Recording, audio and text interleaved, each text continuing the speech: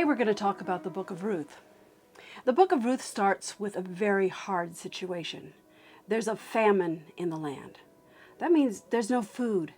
In ancient times, you couldn't just ask another country to send you their food. You died. And so this family decided they were going to leave in order to save the lives of their family. And the man's name was Elimelech. Interesting name because it means God is my king in Hebrew.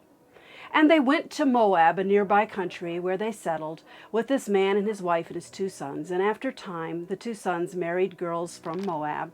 And then terrible tragedy continues to affect the family.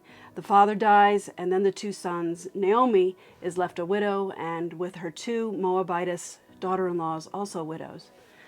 Now, this is a terrible, terrible situation because these women were left without anyone over them as a protector. No way of making an income in those days as women.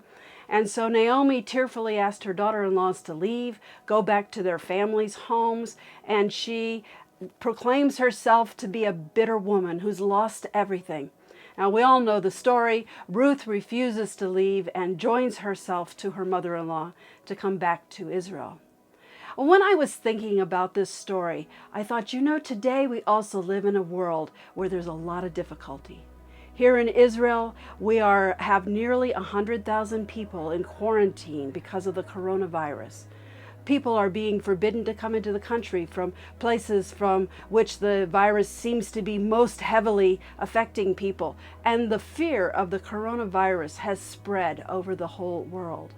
And when I think of this fear, when I see the reactions when someone coughs or someone looks sick, how everybody shies away, I think that some of that fear must have been in the family of Elimelech and the people of Israel at that time. Famine stalked the land.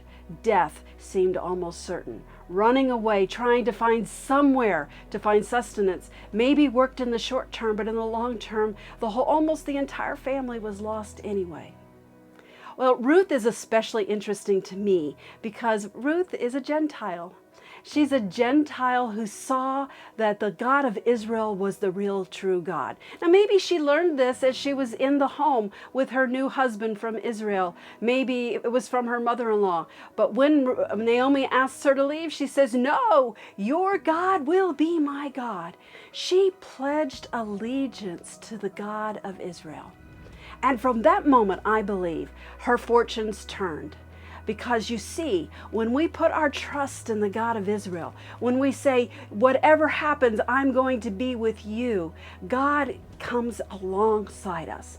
And the rest of the story is like a fairy tale. This girl from Moab, a Gentile girl, comes to Israel. She finds food in the field of Boaz. Boaz marries her, and one of her ancestors, one of her descendants, becomes King David. And of course, for us as Christians, that's also interesting because Jesus is from the same line through Mary, his mother. So what I want to tell you today is the God of Israel is still alive. The God of Israel that rescued Naomi and Ruth is still the God that will rescue you. Don't live in fear. Yes, take precautions. That's wise, and God gives us wisdom. But put your trust in God. Pledge your allegiance to Him. He has a plan. He has a purpose for you. And even though we may go through tough times, the God of Israel will never, ever leave us.